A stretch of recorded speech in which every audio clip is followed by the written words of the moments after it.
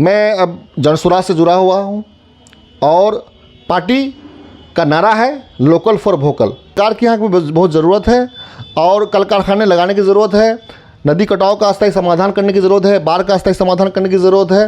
लेकिन विधायक जी से मेरा सवाल है कि आज तक बलिया प्रखंड क्यों नहीं बढ़ा? तो आप जाके सर बता दिखाइए कहाँ पर कहाँ काम हुआ? तो क्या हुआ वो तो क्या वो सिर्फ वो दिखाने के लिए था, हाथी का दांत था क्या? कहाँ वो आप आया है अमली जामा कहाँ पहनाया गया उसको? उसका फ़ायदा कहाँ मिल रहा है? वो स्टार्ट कहाँ हुआ है? द ब्राइट इंडिया देख रहे हैं आप और मैं हूं असदुर रहमान।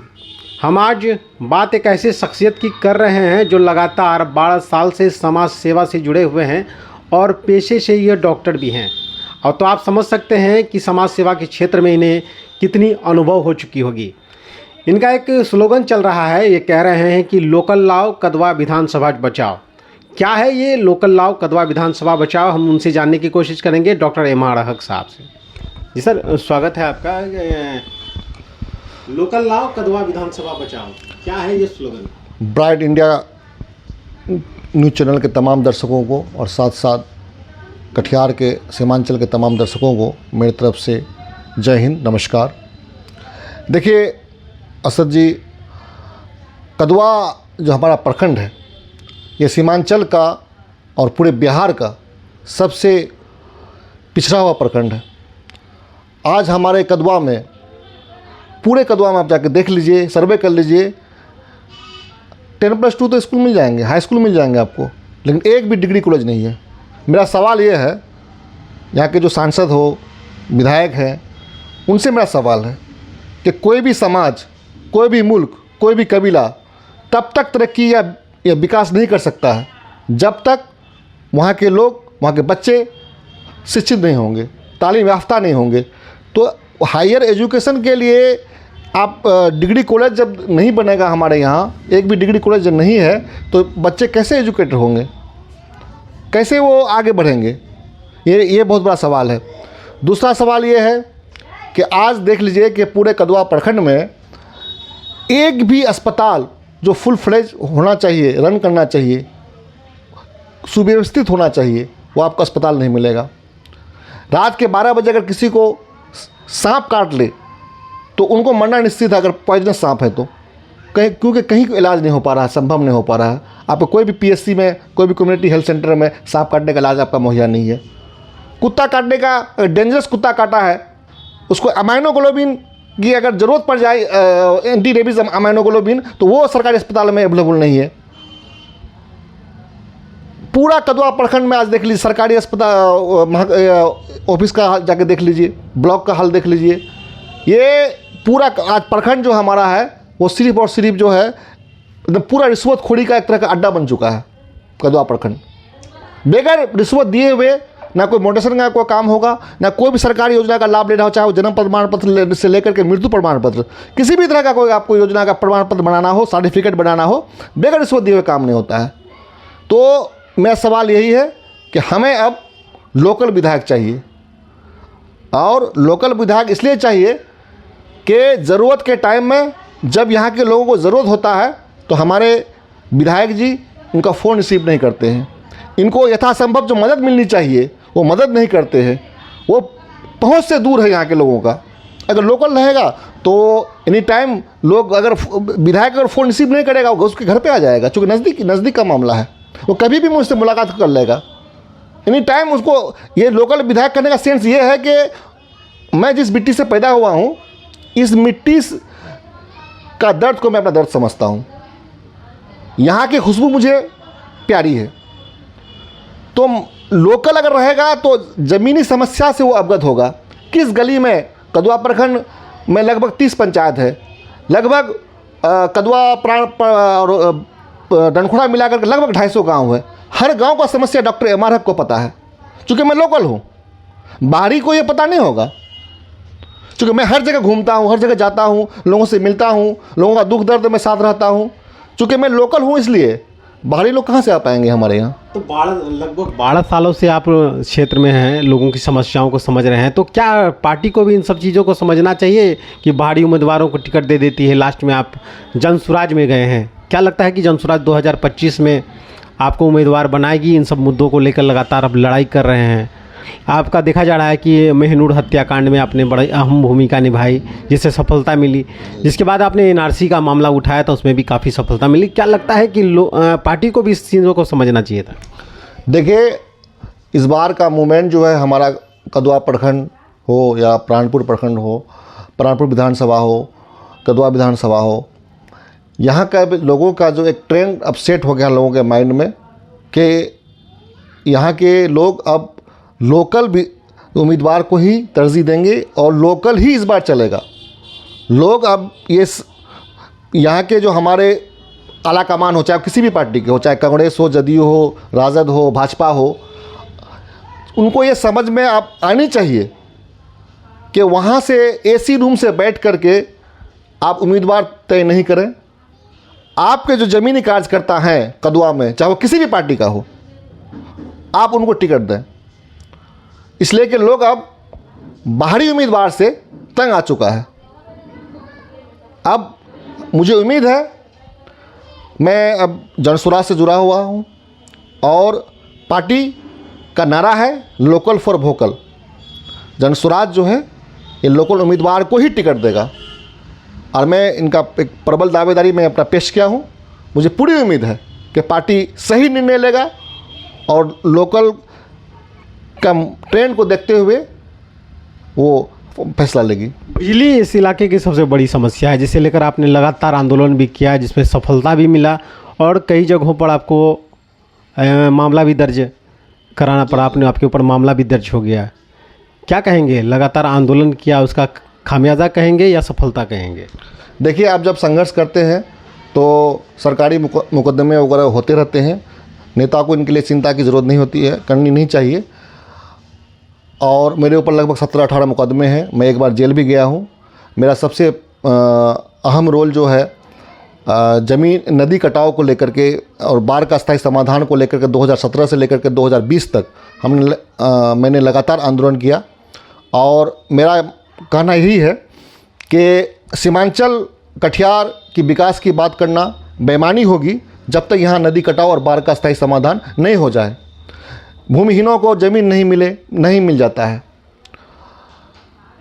लगभग जो मैंने आंदोलन किया था उसमें हम लोगों के ऊपर लाठीचार्ज भी हुआ, हम लोग जेल गए, लेकिन इसका परिणाम ये हुआ कि हम लोग मुकदमा और जेल जाने से नहीं डरते हैं।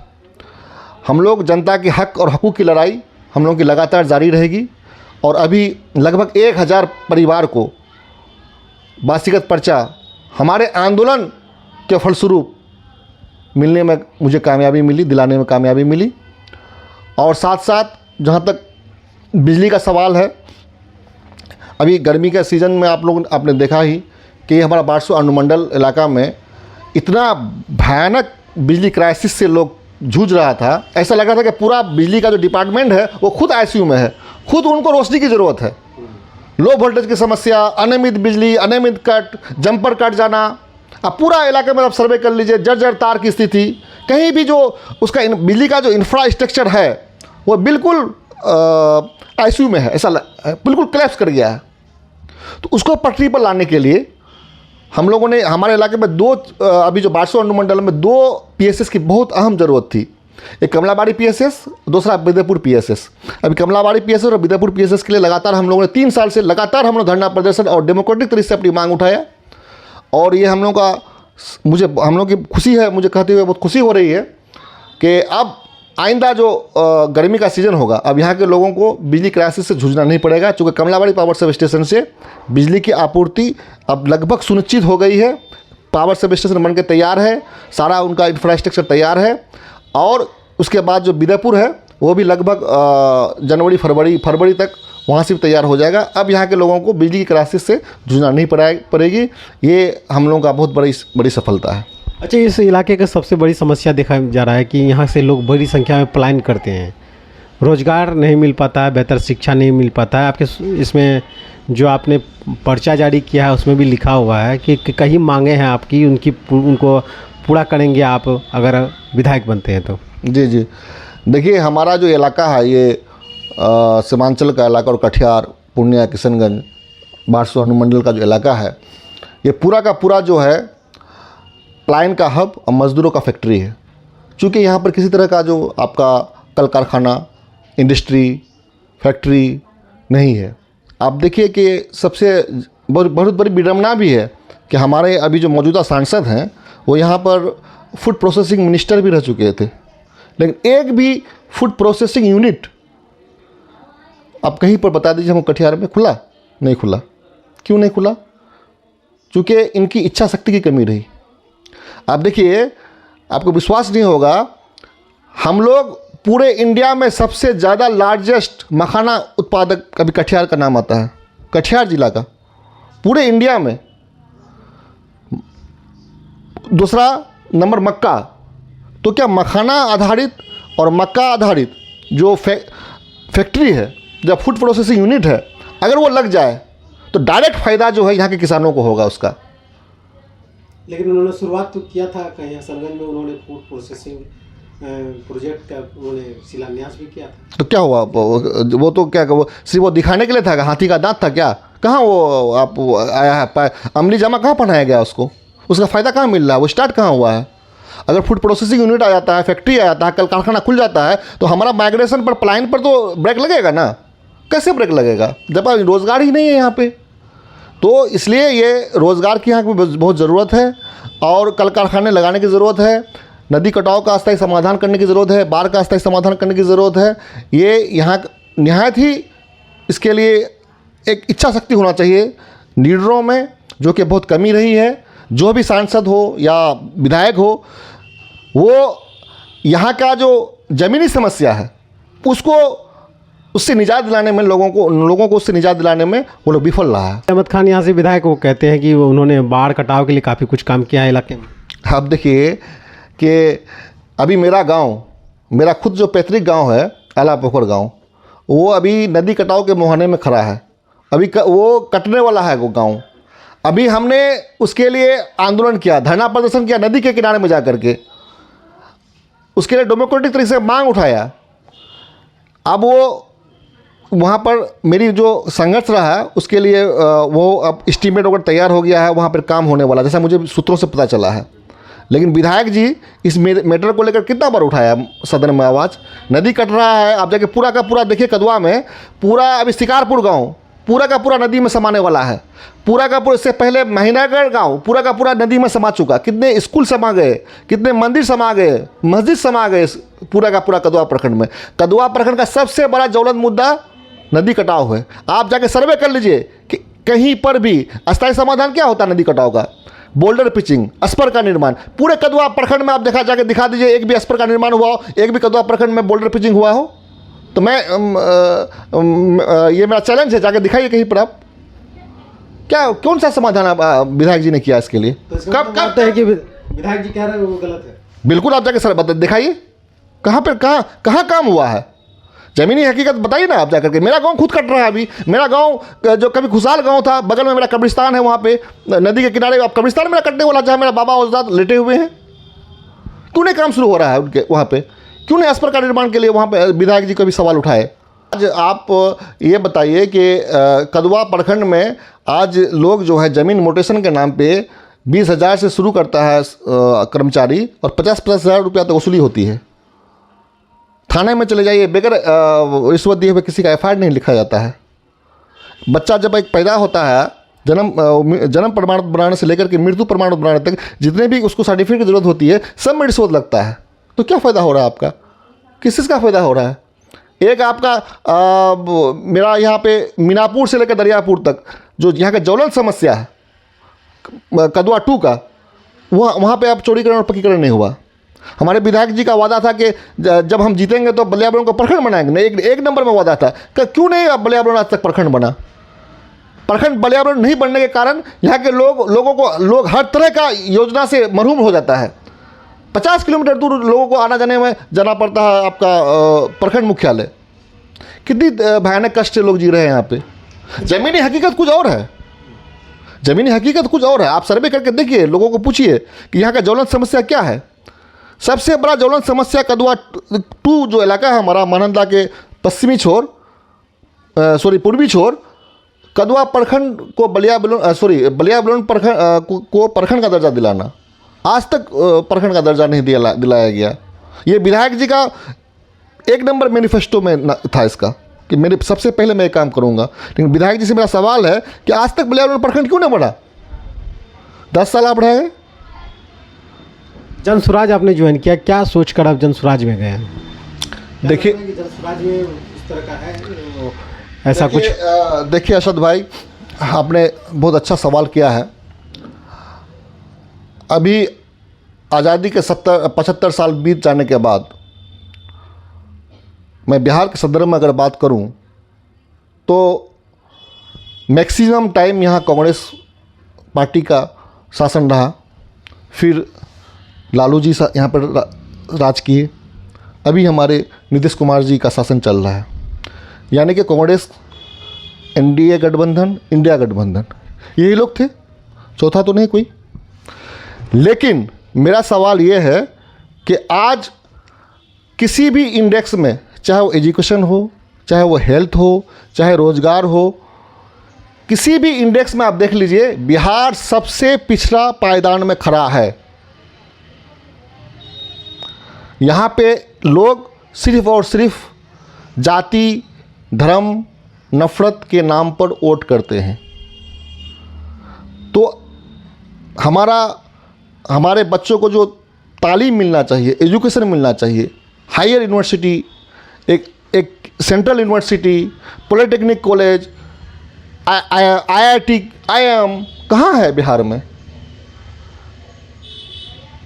तो भाई, जब इन लोगों ने जिनके सर पर ताज सौंपा गया, वो लोग नाकाम हो रहे हैं करने में, तो एक नया विकल्प जन स्वराज तीसरा विकल्प बन करके अभी आई है। तो उनको क्यों नहीं मौका मिलना चाहिए? जनता को उन पर भरोसा करना चाहिए। और वो जो कह रही है, मुझे उम्मीद है जन स्वराज का भी मैनिफेस्टो आने वाला है।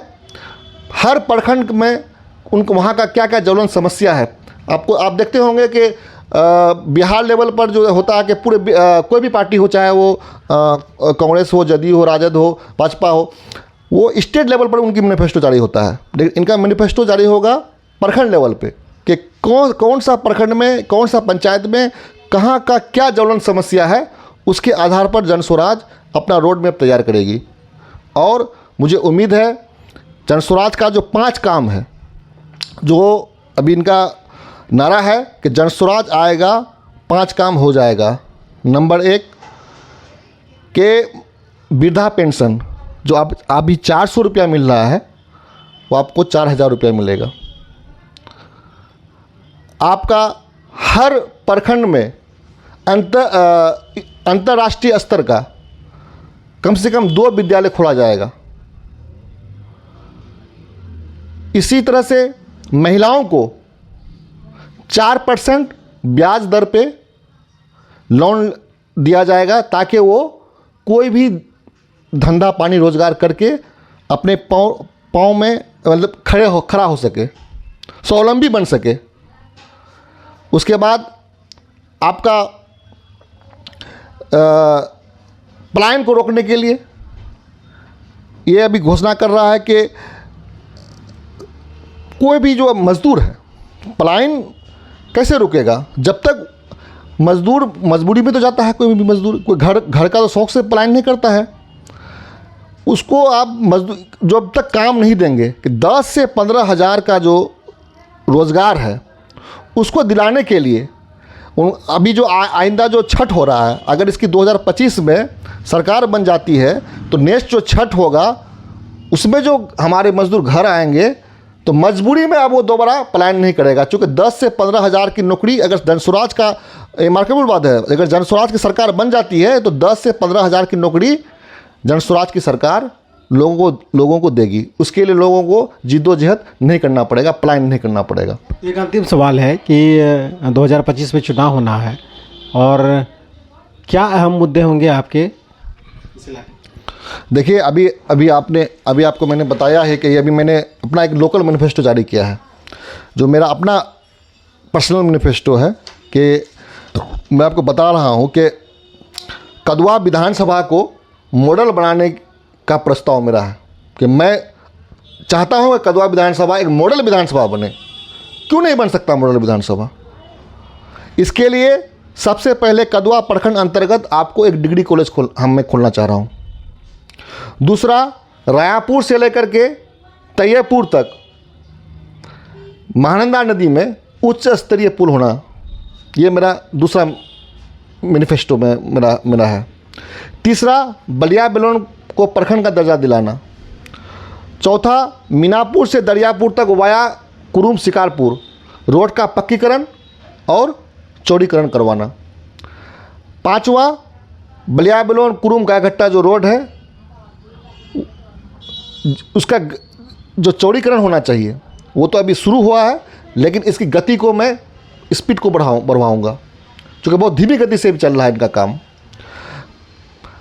छठा है कदवा 1 और कदवा 2 में एक मॉडल गर्ल्स हाई स्कूल खोलना। सातवां, अतिरिक्त प्राथमिक स्वास्थ्य केंद्र जो बलिया बेलोन है उसको APSC से बदल करके कम्युनिटी हेल्थ सेंटर बनाना। आठवां है सरकारी कार्यालय में रिश्वतखोरी को बंद करने के लिए मेरा प्लान है कि सरकारी कार्यालय में रिश्वतखोरी बंद होना चाहिए। ये मेरा जनता से वादा है और इसके लिए मैं कोशिश करूँगा। नौवां है कदवा प्रखंड के सभी पंचायत को मैं वाईफाई से जोड़ना। अभी ये वाईफाई का जो प्रोसेस है सरकारी का मैनिफेस्टो में भी है, कुछ काम भी हो रहा है, लेकिन ज़मीन पे आपको कभी दिखेगा नहीं। इसको हम स्पीड अप करवाना है। आपने देखा ब्रॉडबैंड कनेक्शन वगैरह लग रहा होगा, आप कहीं देख रहे हैं ना, लेकिन ये कनेक्शन सरकार का, सरकार ऑलरेडी इस चीज़ को हर पंचायत को कनेक्टिविटी देने के लिए वो सरकार इसका योजना कागज़ में है सरकार का, लेकिन ये इस धरातल पर नहीं उतर रहा है। इसको मैं स्पीड अप कराऊंगा, हर पंचायत में वाईफाई करवाऊंगा। दूसरा, सभी पंचायत में जितने भी पंचायत है हर जगह जो नल जल योजना है आज एकदम फ्लॉप है, वो नल जल योजना सुचारू रूप से चले, हर पंचायत में लोगों को उसका सरकार का जो योजना है उसका लाभ मिले। वो नहीं सिर्फ हाथी का दांत हो नल जल और टंकी, टावर और टंकी, उसके लिए मैं पहल करूँगा। 11 है सालमारी से कदवा प्रखंड चांदपुर तक जो यातायात है उसको सुगम कराने के लिए उसको रोड का चौड़ीकरण, पक्कीकरण, उसके लिए मैं पूरा कोशिश करूँगा। कदवा प्रखंड अंतर्गत polytechnic college, ITI college, nursing college ये खोलने का मेरा प्लान है। चौथा है सिकोना मेला जो परिसर आप देख रहे हैं, वहाँ पे बहुत संभावना है कि उसको पर्यटक का, अगर पर्यटक स्पॉट घोषित कर दिया जाए, टूरिस्ट स्पॉट घोषित कर दिया जाए, तो उस इलाके का काफ़ी ज़्यादा लोगों को, लगभग 6-7 पंचायत, 10 पंचायत को जो है ना काफ़ी ज़्यादा लाभ होगा और वो पर्यटक स्थल बन सकता है। आप लोग कभी जाइए, उसको देखिए, उसका जो डेमोग्राफी है, कुदरती डेमोग्राफी है। पर्यटक स्थल आप वहाँ बना सकते हैं, ऑलरेडी डेमोग्राफी एग्जिस्ट करता है, तो वो कुदरती आपको लगेगा ये यहाँ पे अगर सरकार ध्यान दे दिया तो ये पर्यटक स्थल अगर बन जाता है तो यहाँ लोगों को, चूँकि वहाँ कल्याणी मेला बहुत मशहूर मेला है, जो हमारे दूर दराज बंगाल से लोग वहाँ पे आते हैं, लेकिन आज तक उसका, उस इलाके का विकास नहीं हो पाया है। तो टूरिस्ट प्लेस हमको घोषित करने के लिए पूरा हम कोशिश करेंगे उसको। और अंतिम है कि कदवा प्रखंड अंतर्गत हर पंचायत में खेल का स्टेडियम हो और प्रखंड लेवल पे एक बड़ा स्टेडियम हो, इसके लिए मैं कोशिश करूँगा। ये मेरा मैनिफेस्टो है। तो ये थे डॉक्टर MR हक साहब, जिन्होंने बताया कि 2025 में वो जनसुराज से चुनाव लड़ेंगे और उनका जो चुनावी मुद्दा था उन्होंने वो भी उन्होंने बताया है।